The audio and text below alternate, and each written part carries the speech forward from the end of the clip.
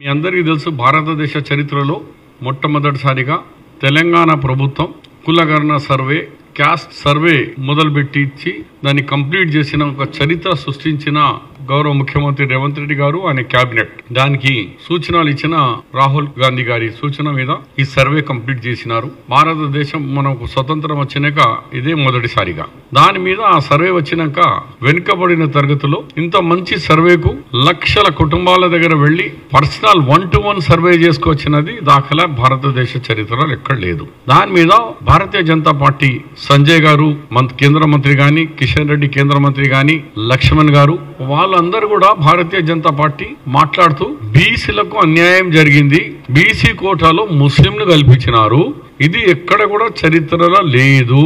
46% బీసీలు అలా 10.08 ముస్లింస్ అంటే 56% బీసీలని చూపించినారు మైనారిటీస్ ను కలుపుకొని. ఇది బీసీలకు అన్యాయం జరుగుతుంది అని చెప్పినారు. వేరే ఒక లేమ్యాన్ ఏం చదువు రానోడు చెప్తే చాలా అతనికి తెలియదు కదా పాపం అనొచ్చు. కేంద్రంలో ఒక ఇంపార్టెంట్ పదవులో ఉంటూ పెద్దలు కిషన్ రెడ్డి గాని, బండి సంజయ్ గాని, లేకుంటే ప్రొఫెసర్ లక్ష్మణ్ అలాంటి వ్యక్తులు ఇలాంటి మాట్లాడి బీసీల మధ్యలో ఒక చిచ్చు పెడుతున్నారు. ఇది కొత్తగా చేసిండు రేవంత్ రెడ్డి, ఎవరు చేయలేంది, ఇది భారతదేశంలో ఏంది కాదు అని పెట్టినారు. నేను ఈ లిటరేచర్ కంప్లీట్ గా బై పోస్ట్ వాళ్ళ ఇద్దరిని పంపిస్తున్నాను, కిషన్ రెడ్డి గారికి వాళ్ళని. ఒక్కసారి ఎన్నిసార్లు కమిషన్ కూర్చున్నది, ఎట్లెట్లా కూర్చున్నది మీరు ఒకసారి తెలుసుకుంటారా బాబు. మొదటిసారిగా భారతదేశంలో ఫస్ట్ కమిషన్ కూర్చున్నది ఒకటి హంటర్ కమిషన్ 1882లో. హంటర్ కమిషన్ 1882లో ఇండిపెండెంట్ రాకముందు బ్రిటిష్ వాళ్ళు కూర్చోబెట్టి ఎవరెవరిది బ్యాక్వర్డ్నెస్ ఉంది అని చూపిస్తే దాంట్లో ముస్లిం కు సంబంధించిన మేతర్, నూర్బాష్, లద్దాఫ్, బున్కర్ వీళ్ళకందరినీ కూడా ఇక్కడ వాళ్ళను కూర్చో 1882లో. దాని తర్వాత మిల్లర్ కమిషన్ 1918లో కూర్చున్నది. వాళ్ళు కూడా కొంతమంది ముస్లింస్ కూడా ఐడెంటిఫై చేసినారు. ధోబీ, హజ్జాం అంటే నాయి, వాళ్ళను కూడా చూపించారు. తర్వాత మన ఇండిపెండెన్స్ వచ్చిన తర్వాత first backward class commission 1953 Kalelkar report, దాంట్లో కూడా ఆయన కొన్ని క్యాస్ట్లను 53లో ఇచ్చి 1955లో రిపోర్ట్ సబ్మిట్ చేసినారు పార్లమెంట్ లో.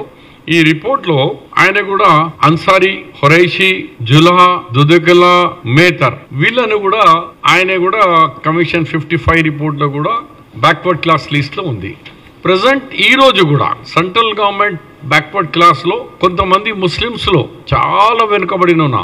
ముస్లిం అంటే ఒక మతం, హిందూ అంటే ఒక మతం, కానీ వృత్తి అందరిది ఒకటే.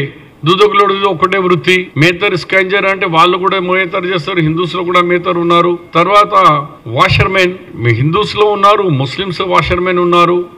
బార్బర్ హిందూస్ లో ఉన్నాడు, ముస్లింలో బార్బర్ ఉన్నారు.